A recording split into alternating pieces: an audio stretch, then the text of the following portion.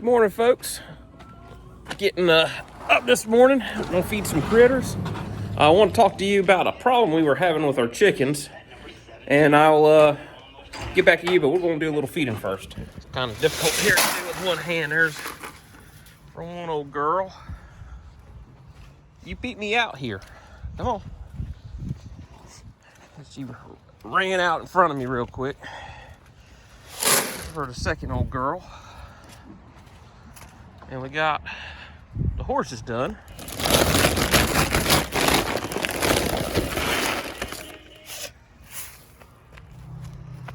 All right, come on, sweetie.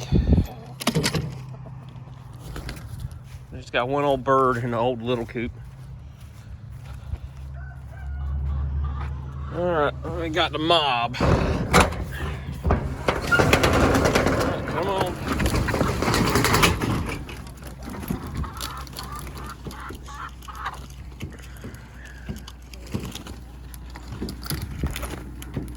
You think there's the rooster? Somehow he's extra. We picked him up and just hadn't gone on the side. What's the matter? All right, got some pellets we'll throw out here right. We're gonna pick on that a little bit. And since it's cold, we'll put 2 scoops out. All right, so wanted to talk about a problem we've been having about 2 months, and it might get a little loud in here with these girls running back and forth, but we do some farm fresh egg sales, and we've been mostly using pellets from Tractor Supply, and because it was the cheapest we could find. And I mean, we've done different things, gone to different brands, but Producer Pride and the Dumar was the cheaper brand. And about 2 months ago, we just stopped laying, the chickens just stopped laying eggs, and they went from this group of birds to, about 4 or 5 dozen a day down to like a dozen or less. And we were trying to do something, going through a ton of feed. I think we were going through like 6 bags a week, which is, it was steep for a pocketbook. But we went off the hand and got to a local farmer and got some, what he sells for deer corn, and started to supplement that with the feed. And started turning around, the chickens started turning around, and we're back up. It's been, like I said, a month now starting. Like I said, we noticed it 2 months ago. Last month we tried doing something different with the whole corn, and I would like to get cracked corn, but I don't know anybody with a meal. I've been looking into those, but the chickens have turned around. It took them about a month to kind of clear up to get back where they were 2 months ago when we started noticing this. But from what I understand, looking on the internet, this is kind of, I don't want to bash brands or anything, but I think this is more of a feed problem with that line. I don't know if Purina is having that problem, because that's another brand that's available to us, but what it looks like right now, what we're supplementing with the scratch grains and the whole corn, and more or less just supplementing with the pellets, just to make sure they get all their nutrients and whatnot, because that was the worry with going with whole corn, is not getting a nutrient. We also had to do put extra pans out for grit, so they can have that in their crop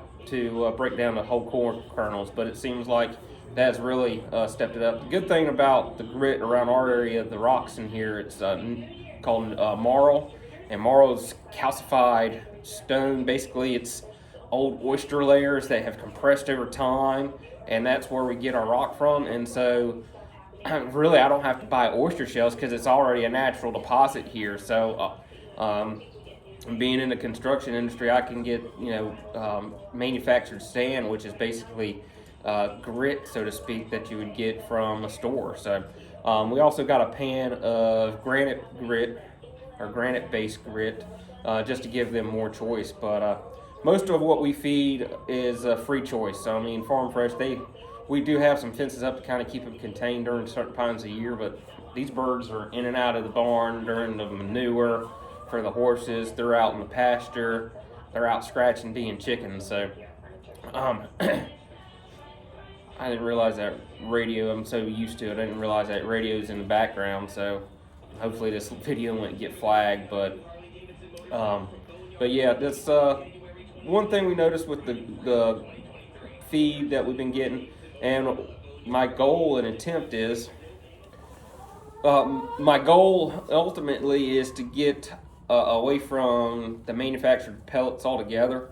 But it's been real difficult to do. But what I like to do is basically make my base and my feed corn, which I know a lot of people say GMOs and whatnot, but it's energy. I mean, in the wintertime, these birds expel a lot of energy making eggs, and so they need that energy, those carbohydrates, to produce eggs. But going with soybean and see if I can get a mill to mill and roast my own soybeans, and then supplementing that with sunflower seeds. And ultimately, I like to raise all my own grains, but right now, all we got is our 2 vehicles and our gators, so we don't have, I can have access to tractors, but I don't have a tractor or combine or planters. So that's going to be something that it's going to have to work through the years, but right now we're probably going to local source it to the local farmers and kind of get their stuff. Luckily, I was able to borrow a grain trailer so I can put some of these grains in it for storage, and I'll probably do a video on that here soon and show you how we kind of store some of our bulk grains temporarily.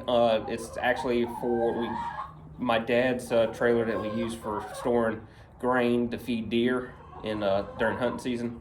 So I pretty much have access to it from January to September, and then September comes along and it goes down to the hunting property. So I'll do a video on that here directly, but I appreciate y'all watching. Just be mindful of your pellets. Like I said, we'll probably still keep some, and maybe it's just a choice for them to pick at, just if there's a nutrient that we're missing that they can get to. So it's going to be some more research, but I was wondering if you leave a comment and see if y'all have been having the same problem with grain in your flocks, and